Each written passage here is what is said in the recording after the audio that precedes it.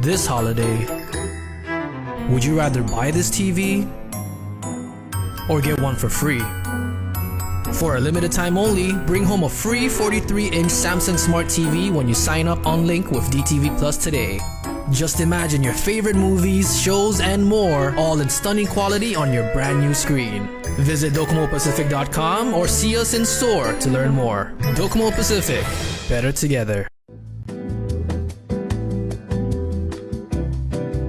Kandit News is brought to you by 76 Circle K Guam.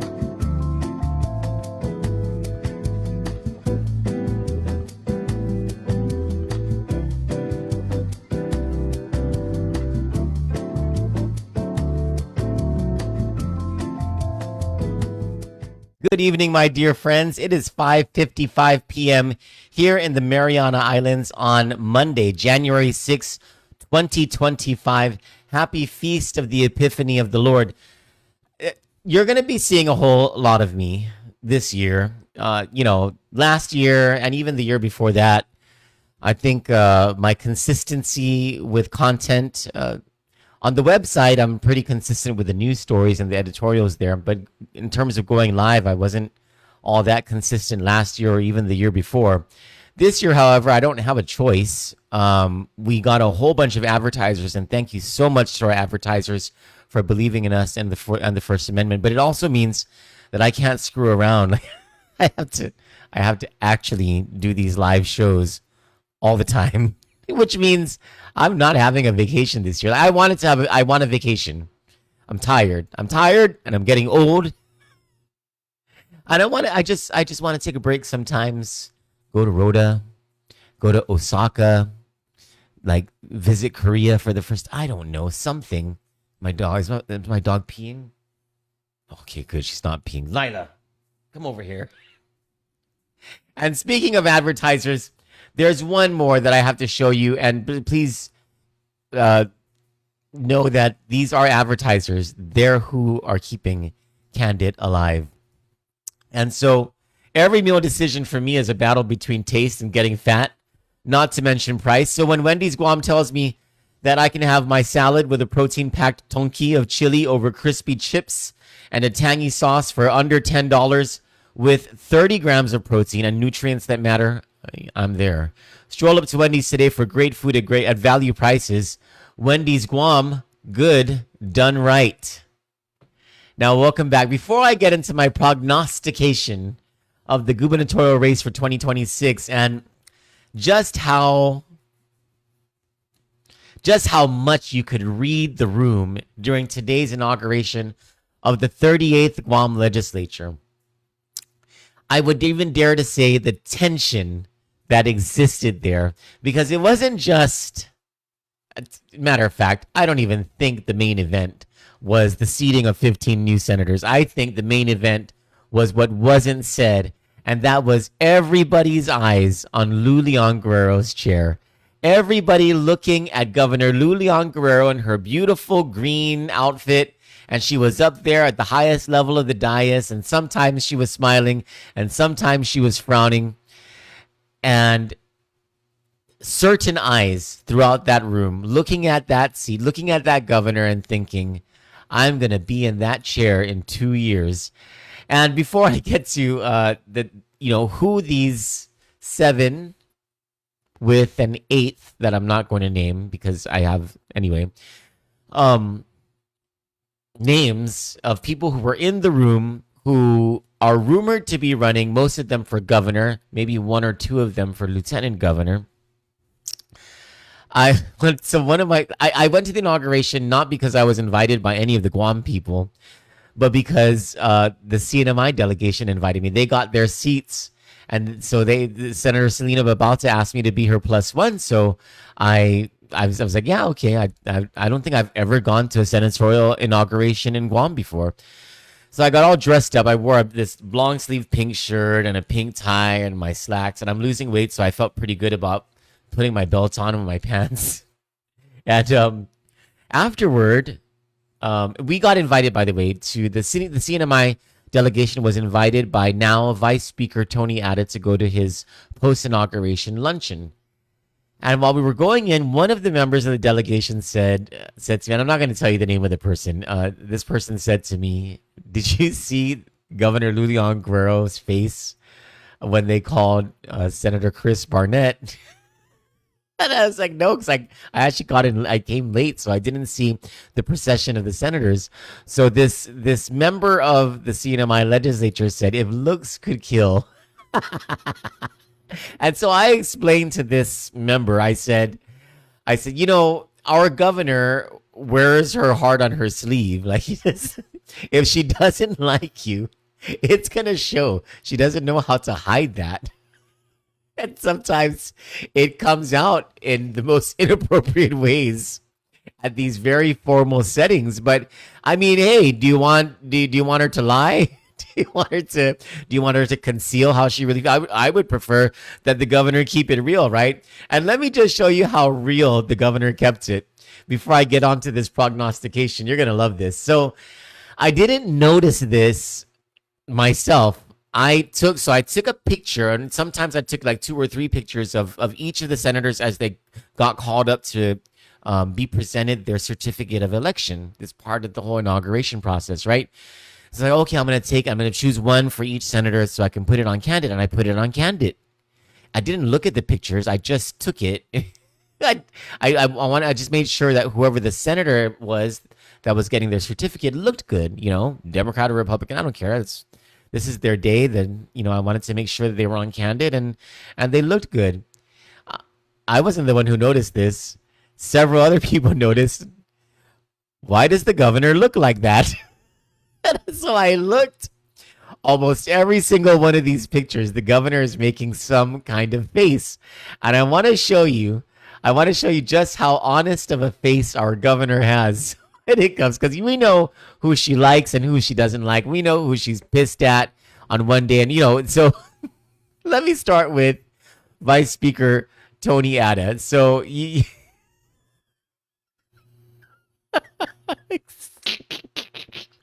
look at the Vice Speaker's having a light moment with Chief Justice Robert Torres. Annette Ada, his wife, is looking on at her husband with pride and she's just loving this moment. And there's Governor Leon Guerrero. She's not a happy camper. And we know that Governor Leon Guerrero had a problem with the Michael St. Nicholas Sabrina Salas Matanani ticket that challenged her in 2022. A lot of that had to do with, Sabrina Salas Matanani is the lieutenant governor candidate. She was doing her job and being the boxing champion for the team, and so she took shots at Governor Leon Guerrero. Well, this was Governor Leon Guerrero's reaction to Sabrina Salas Matanani getting her certificate of election. Here's another senator who's kind of been a thorn in the side to Governor Leon Guerrero. And in this picture, we actually got a glimpse of Lieutenant Governor Joshua Tenorio. Here's our governor.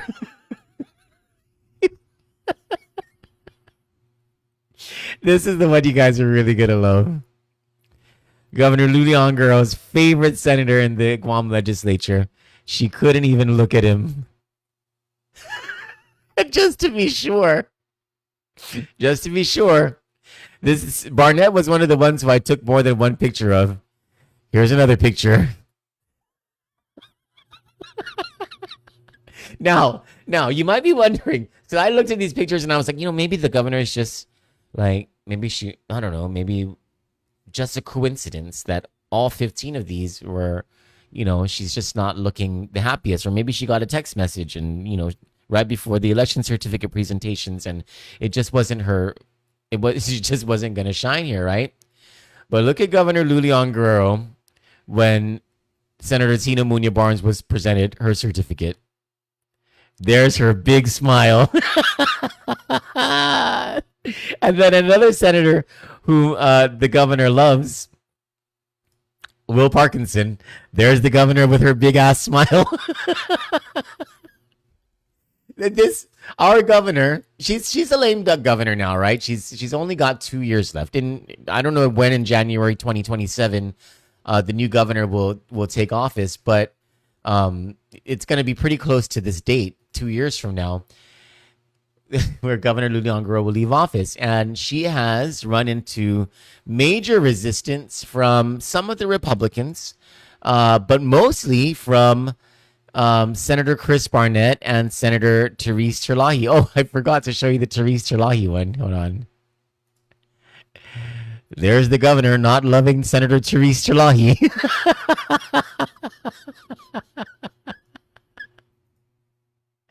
And you had several members of the CNMI legislature watching this live. They were there.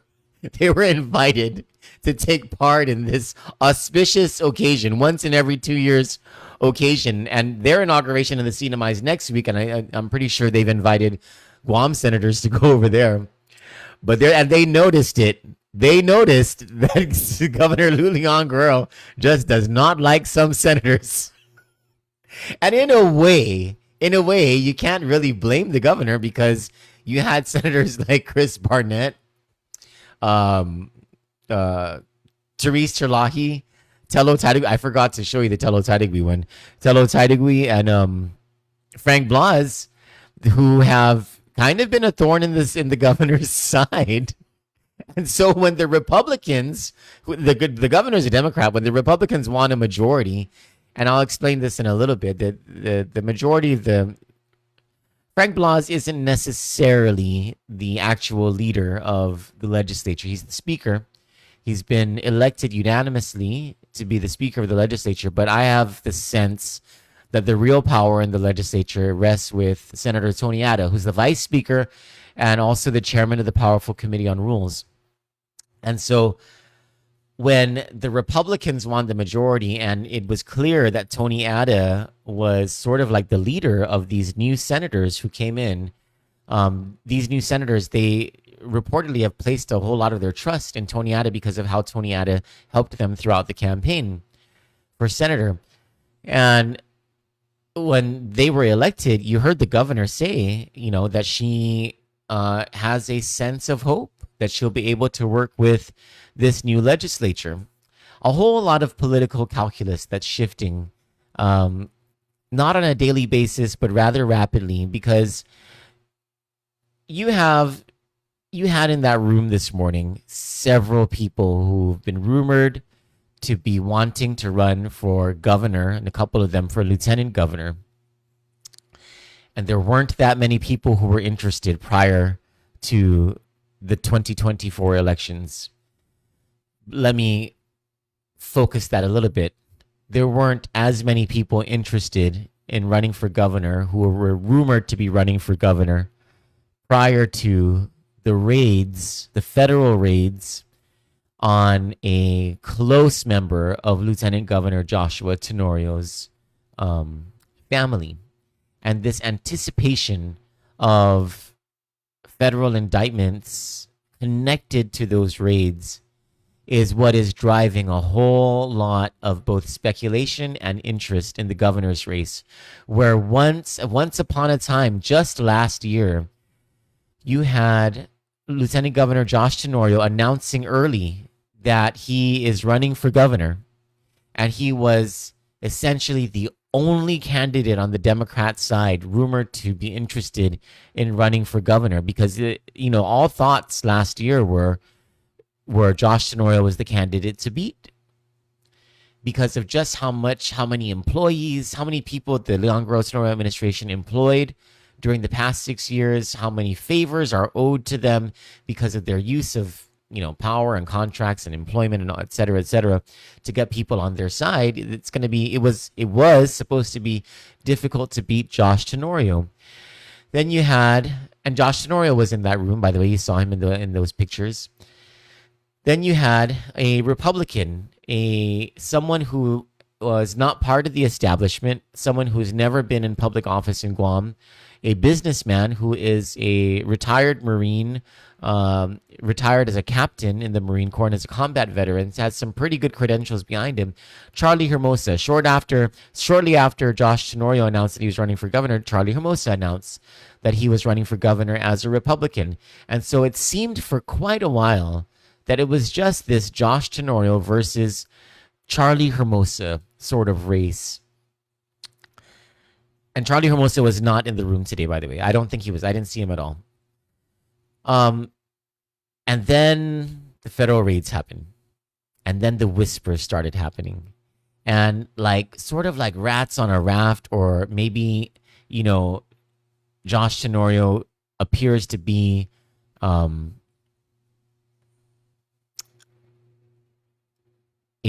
injured swordfish in the sea. And now you have all these sharks that's smelling blood circling that swordfish, Democrats and Republicans. And there are a whole lot of them in that room this morning. And you can just tell that, yes, definitely they want to make a difference over the next 2 years. But for some of them, the difference that they want to make over the next 2 years has much more to do with making sure that when they run for governor or lieutenant governor in 2026, they've got a whole platform ready and a whole list of, I did this, I secured this, you can trust me because I came through for you with my promises once that 2026 campaign season becomes public. And it ain't public now, and it's not going to become public for quite some time unless some of them, do what Eddie Calvo did back in 2009 and announce the year prior to the gubernatorial election that he was running for governor, which was a ballsy move, but it worked out. He ended up winning by the skin of his teeth, by the way, some 200 some votes only over Carl Gutierrez at the time. But in that room today, I mean, we've talked a whole lot, and the good money is on former Speaker, now just Senator Therese Terlahi running for governor. And on the same side of the aisle, the rumors that Senator Chris Barnett will be her lieutenant governor candidate. And that's not anything that people in the political circles and those in the public haven't heard before. And many of you have told me that you've already been approached by Senator Terlahi, who has told you that, yes, she is running for governor, or she's thinking of running for governor, and she would like your support in 2026. So it's sort of like an open secret that Therese Terlahi likely will be a gubernatorial candidate. And if the election were held today, she and another candidate, who I'll talk about in a little bit, would probably be the top vote getters. She's very popular. And if Chris Barnett was her running mate, that's a pretty strong team when you think about it. Much to the chagrin of Lieutenant Governor Josh Tenorio, who now has to look at his primary election, if he's even going to run, considering, a pending federal indictment, right? If he's even going to run, he's got to consider a primary election against Therese Terlahi and Chris Barnett. But that ain't all, ladies and gentlemen, on the Democratic side. A very beloved senator who's also very popular has a emotional intelligence and social chutzpah that exceeds even Speaker Therese Terlahi, and family connections and just a know-how in the political maze. Senator Tina Muñoz Barnes rumored to be interested in Adelup. And she was there and she was brightly smiling. And hey, Governor Leon Guerrero was smiling right at her when she was getting that certificate of election. So you have Senator Tina Muñoz Barnes. And by the way, interesting factoid, did you notice what didn't happen at the inauguration this morning? It wasn't on the agenda. The Republicans did the Democrats a pretty big favor this morning, I thought. And it speaks to how gracious the Republicans are starting out their new majority, their first majority in 16 years in the Guam Legislature. Normally, every 2 years, you have an agenda that has, your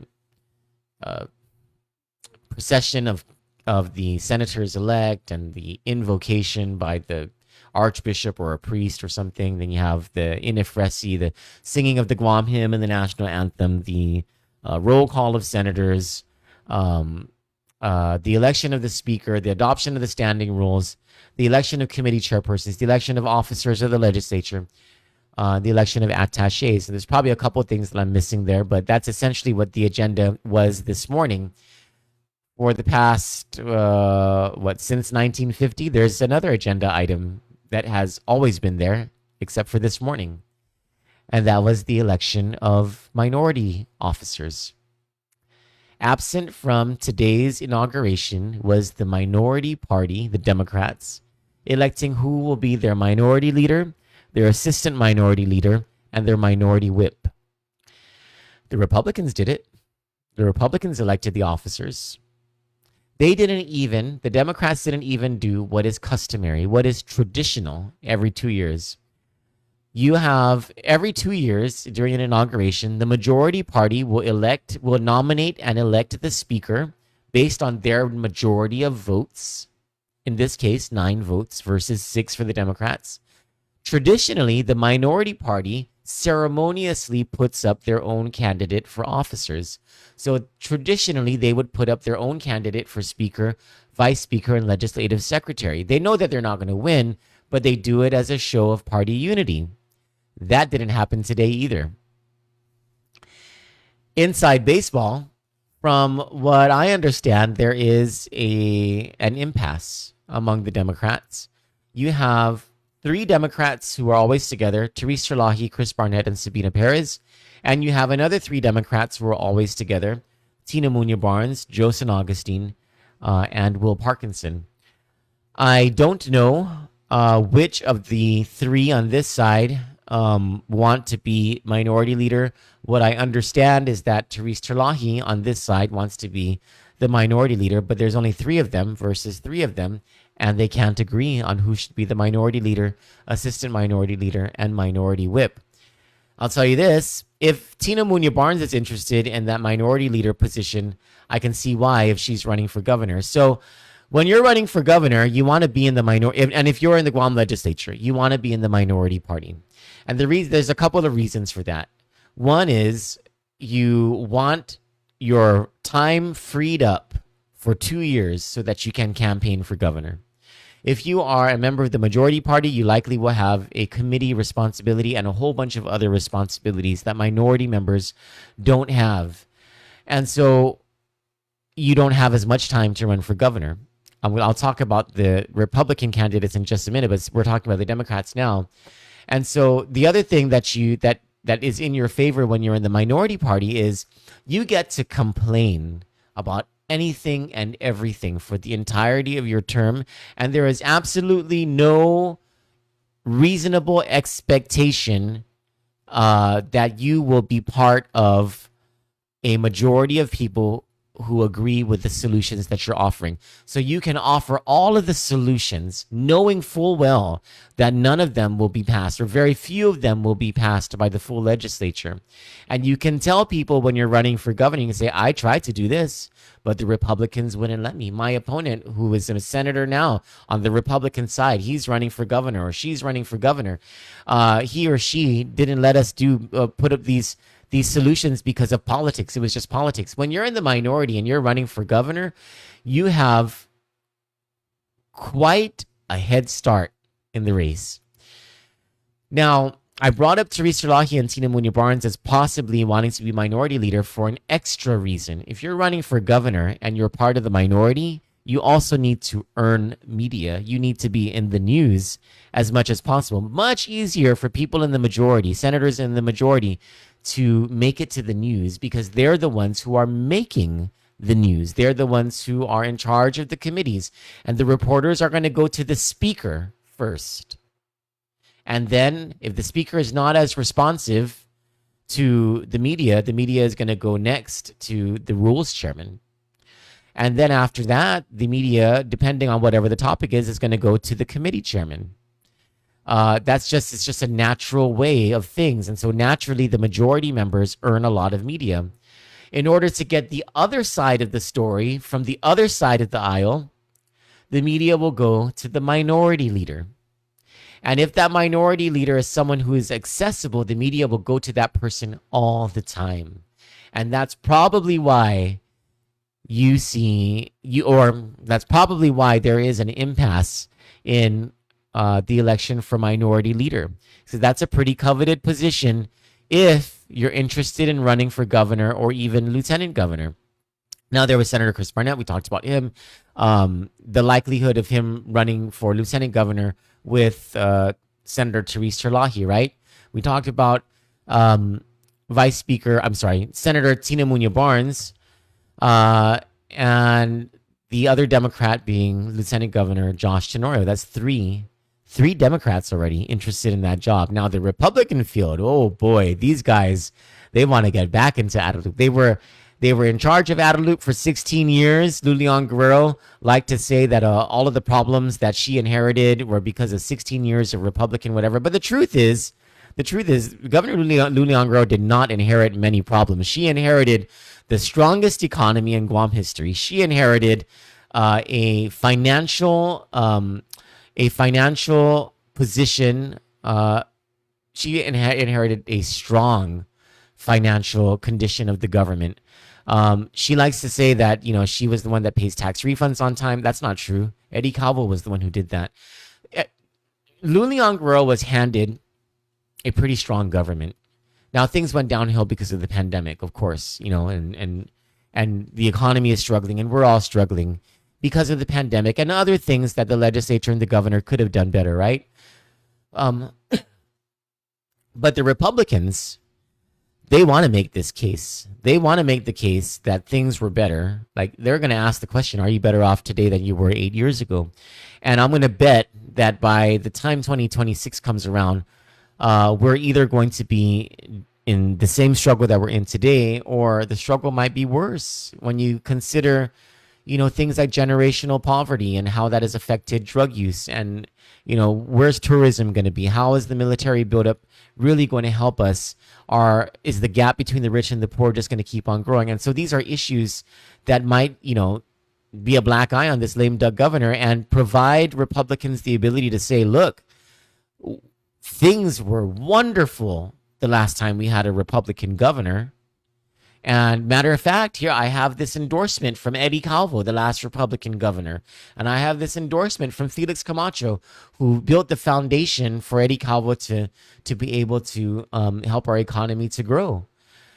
They're going to have some strong arguments. That's probably why the rumors of just how many of them are interested in running for governor are circulating wide. And we'll start with Speaker Frank Blas Jr. Now, he is in a good things can happen or bad things can happen to Frank Blas Jr. just because he's the Speaker of the legislature. If Frank Blas Jr.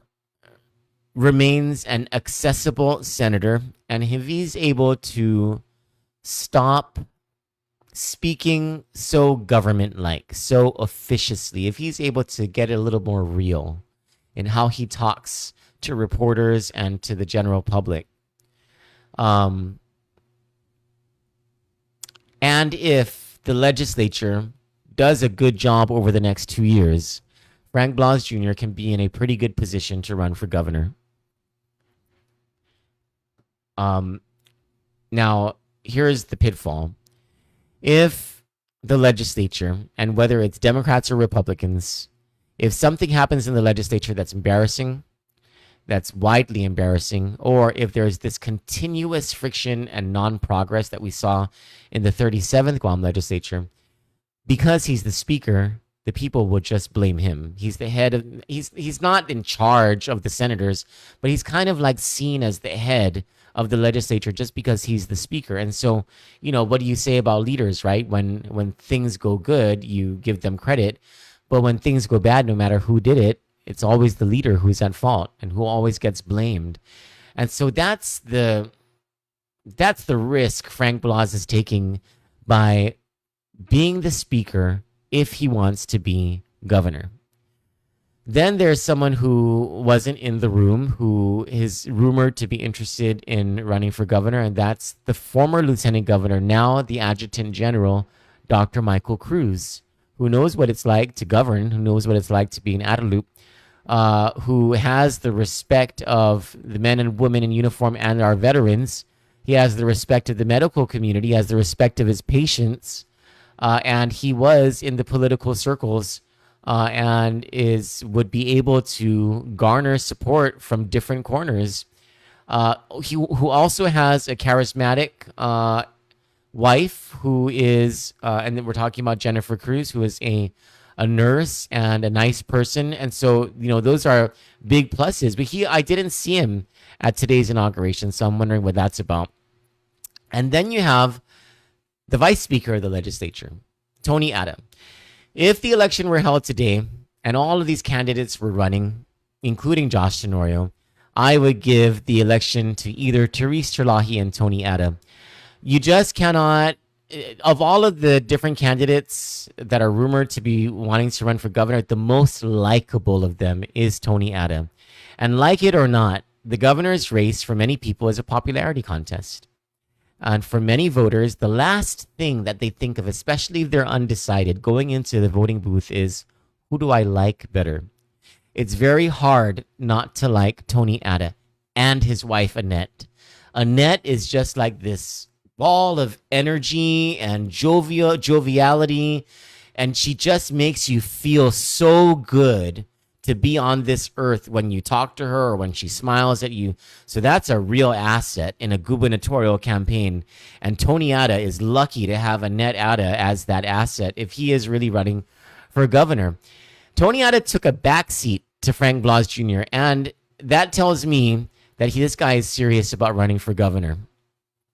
Even though he had the votes to be the speaker, he instead opted to be the vice speaker, which is the position that no one's going to blame when things go wrong. And then he took the powerful Ways and Rules Committee, which controls the legislature, basically the employees of the legislature. The Rules Committee also controls what legislation goes on to the floor. It's a very powerful position. Not only that, the guy took the Committee on Land, Housing, and all these other things, the environment, this lightning rod committee that has this ability to make a whole lot of people happy and grateful. You can really, and then there's also there's something about how Tony Ada he's just got this confident swagger about him. He's very different from before. And I noticed this during the 2024 election. I will bet my bottom dollar that man is running for governor, and that he and Therese Terlahi will be the for now, the people to beat. I have a feeling that if Tina Muñoz Barnes runs for governor, she will probably have the best organization, the best people running her campaign. She'd be that face. Like I said, the race for governor is a popularity contest. And between Therese Terlahi and Tina Muñoz Barnes, when you see them in public and how they socialize and how they are around people, and just how often each of them is out in public. And I'm talking about the places where the poor people are. Tina Muñoz Barnes outdoes Therese Terlahi 10-1. And so that would be a very interesting race as well. So you have Tony Ada, right? And I'm going to show you, because I don't think that this Tony Ada thing is just a rumor. I remember I told you I went to that lunch, that post-inauguration lunch with the CNMI delegation. They invited me to Tony Atta's lunch because they were invited to that. They had really good food, by the way, at House of Chin Phi. I don't know if that's House of Chin Phi food or if it was catered. I'm pretty sure it was House of Chin Phi food because it's a restaurant. House of Chin Phi in Anigua. P.S. that they have this roasted brisket. Gosh, I need to go back there. It was so delicious. Anyway, I digress. So at this luncheon, there was a very influential man who hinted at Tony Atta running for governor, and we got it on camera. And I'll play that for you in just a second. But all right, another name, not a senator, but he was there. He was there, and he was all smiles, and he was looking down at the senators. And some people really don't like this guy. Some people love this guy.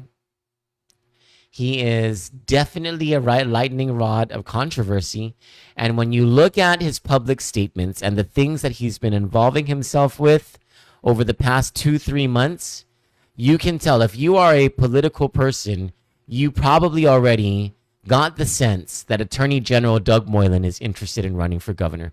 When you have the Attorney General going out of his lane to discuss policy issues, but relate them to his job, that's the sign of an AG who was preparing for a run for governor. I don't know this to be a fact. People have not said that to me. This is not part of any rumor. This is just my mind working and observing how the Attorney General has been rolling out a certain narrative over the past 2 to 3 months. And he has been more forceful against Governor Leon Guerrero and what he calls her failed policies and calling her out to do things better. And he's giving her suggestions on how to be a better governor. And you don't do that if all you're concerned about is your job as Attorney General. You only do that if you're the Attorney General wanting to run for governor. And so there was Attorney General Doug Moylan. I have a feeling that man wants to be governor as well. And that he's positioning himself that way. There's one more person whom, and I can't say his name because I promised from the person I heard it from that I wouldn't, because there are different circumstances here. But there's one more person in that room who would be an excellent candidate for governor, and who reminds me a lot of the late Senator Tony Blas and just how powerful of a politician, an orator, a strategic person this person is, that Tony Blas was, that this person is. This will make the race for the Democratic race for governor even more interesting. Now, I told you that there was someone at the Tony Atta luncheon who was talking about, who brought up Tony Atta running for governor. And I want to play that for you.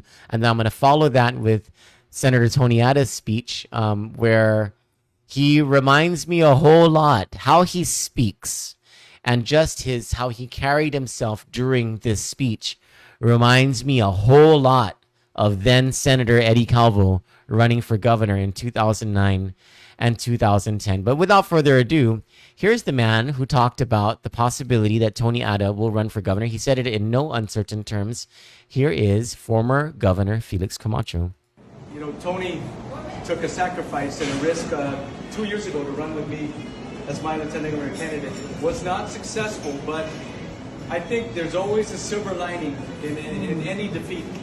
And to see you now today as not only vice speaker, but also, you know, the chairman on Rules Committee, a very powerful committee in the Guam Legislature. So when I was in office, I had a vacancy at the Department of Youth Affairs. And I was thinking of who can I get to replace and come in as director. I asked Tony if he would come and serve. He was, of course, very much involved with the funeral home as mortuary. And I think to leave Annette's side was a very difficult thing for him to do. I know it was traumatic for you because they worked side by side together. but he came in and served as Director of Youth Affairs and did a tremendous job there. Was then successful to be a senator and ran as Lieutenant Governor with Ray Tenorio and myself, and now he's here. And I think it's he's only a step away from maybe making another advance up the political rung. Woo! No pressure, man. No pressure. No pressure. But wouldn't it be nice if he was to be a candidate for governor of Guam someday? I know you've got a lot ahead of you, and we just wish you all the best. To our guests that are here from the CNMI, Duz Masi, I thank you for coming, and we appreciate you. I know that you're probably going to be there with Annette at your inauguration, so you'll be representing us well. But again, we just pray God's blessings on you for much prosperity, for success, for your stewardship, and for leading our island. Duz Masi. Thank you. Right. You know, someone who is astute as Felix Camacho, he's been around the block in politics, someone like him doesn't say something like that if it's not something that's real. And he tried to pass it off as just, you know, his thoughts. He tried to say like, you know, no pressure, but wouldn't it be nice if one day we saw Tony Ada run for governor? One day soon we saw Tony Ada run for governor. That is as close to a revelation and confirmation, together with a strong endorsement from an influential man, as we're going to get that Tony Ada is running for governor. There's nothing official. There's a whole lot of speculation, a whole lot of rumor that he is running for governor.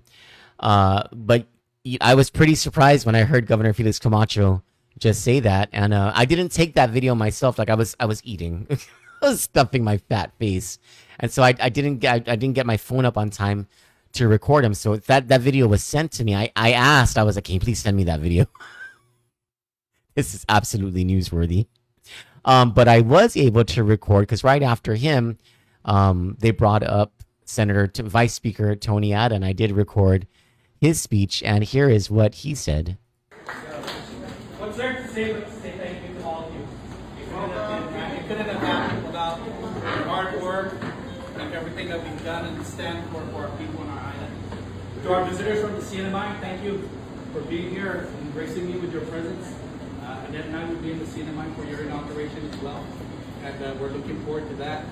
Governor Felix, thank you for giving me my opportunity to come into politics. It was you that gave me this, that opened the door for me to be in the political realm of being the director. But you know, it was when Governor Felix asked me to become the director for Department of Youth Affairs, I told the governor, I said, "Can I think about it?" And he goes, "Yeah, welcome to the family." So I went to go see him on Wednesday. Welcome to the family on Friday. And Monday was my very first day I started at the Department of Youth Affairs. It was really interesting to work in a government agency coming from the private sector. But it also told me that there's a lot of things that need to be done. And not just with our government agencies and our infrastructure, but most especially our people, the youth of our island. Because our youth offenders will become adult criminals if we don't take care of them while they're just offenders. And that's what we have to do, is to ensure that we take care of our people as young as we can go, so that when they do become adults, they become productive citizens in our island and our community. And that's what Guam needs, is to see this type of leadership grow. I'm already 57, I'll be turning 58. And I cannot see myself being in politics another 40 years from now. This is where we need to start transitioning our youth so that they can become our leaders in the next generation. That's what's going to be important.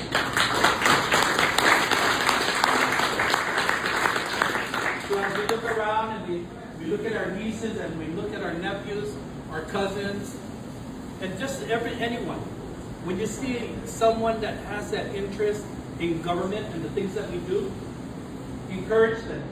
Encourage them to step up to make a difference. Step up and become a part of the government system, to work in the government, become a leader in the government, run for public office, and make a difference in the lives of not just our island, but on our people, most especially, because that's where it starts. And I ask all of you to please do that. Our neighbors from the CNMI, we were just talking. And how is it that we can work together? Because when you look at it, we're one Marianas. We need to stop and get away from this Guam and the CNMI. It should be just the Marianas. Because that's what we need to approach the federal government with. Is that this is the Marianas. Take care and help the people of the Marianas. Because if you don't help take care of the CNMI, Guam is going to stop at what we're doing. If you don't take care of Guam, CNMI is going to stop what we're doing. We have that voice and we have that power to do that. It just takes us leaders to be working together and saying, this is what we can do as a people for our island.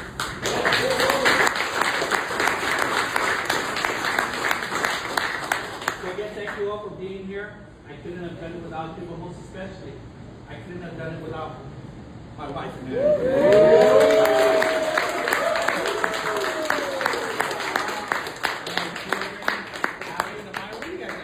Let's see, they're back there. Sam, and my grandchildren, and my daughter Lonnie is back in the States, and my son Boo, and my daughter-in-law Kylie, they're back in California. And I just ask you to please just keep my daughter-in-law in your prayers, as they're going through medical issues, and we just want to make sure that when she comes home that she's healthy and all good to go, so that we can see our grandchildren grow and hopefully get more grandchildren along the way. And my daughter-in-law's parents are here. Kemp and Nate.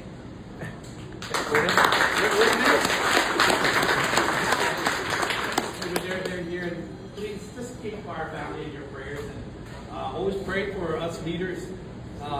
We have all the ideas, no we don't, but working with all of you, I'm sure that we can come up with solutions to the issues that we have, because we have a lot of issues. It's the solutions that we need to come up with, and that's where we need to make the difference in working for our people, is coming up with the solutions. So again, thank you all for being here today. Enjoy, have dessert. The cake is really good, and I'm pretty sure that you guys can take some home as well. But thank you.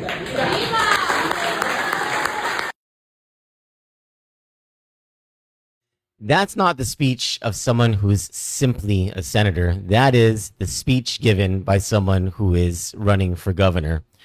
You hitting all the pray for me, I want you to help me with the solutions, we need to cultivate the next round of leaders of this island, I'm not going to be in politics for much longer. That is the telltale sign of someone who is imminently going to run for governor. And I wish I took video of the people in the room, because this was another sign that Tony Ada is making a strong and supported run for governor, because it wasn't just Governor Felix Camacho who was there. And by the way, I don't know if there were any other post-inauguration lunches, but the CNMI delegation went to Senator Tony Ada's post-inauguration luncheon. It wasn't just Governor Felix Camacho who was there to support Vice Speaker Tony Ada. So you might know that I was involved for a very long time in the Republican Party of Guam. Matter of fact, I was the secretary of the Republican Party for a number of years. I didn't do anything, but I signed stuff. But in all those years that I was in the Republican Party, I got to know who the grassroots people, the people who actually go out to get the votes. And in this last election, I mean, if you look at just that electoral upset where Jim Moylan beat Ginger Cruz, which wasn't supposed to happen, that's the Republican machine that was at work. And that machine, most of those leaders were in that room. They were at Tony Ada's post-inauguration luncheon. And when I saw them, I thought, wow, this guy already, I mean, if he's running for governor, he already has a significant head start. Some of these people were instrumental. They were Republicans who helped to get this current governor, Democrat Leon Guerrero and Joshua Tenorio, elected. And there they were, back at their home and at Tony Ada's function. The race for governor is absolutely on. This morning at the inauguration, that was the only thing I could really see, and the only thing I could really think. I didn't really care about any of the elections for committee chairman or the Democratic impasse for their officers or, whatever. All I saw were all those eyes staring at Governor Leon Guerrero and wanting that chair, wanting to be in that seat 2 years from now. And the race for Adelup, it's on, my friends. They smell blood in the water. These people, they're just waiting for Josh Tenorio to fall from grace, for the heir apparent to no longer be, any sort of threat to them. And I think they're going to, and the Republicans, they're going to be the ones to beat. If they do well in this legislature for the next 2 years, it's going to be difficult for Democrats to make a case in 2026 to put them back into Adelup. But it can happen if the Democrats put up the right team in their primary. Democrats could actually take it back, and we'll see how the next 2 years goes. But there you have it, my friends. This is my prognostication for how today went and how today was an indication of what the next 2 years will be leading up to the gubernatorial election. For Candid News and Views, I'm Troy Torres. Thank you so much, and goodbye for now. God bless you. I love you.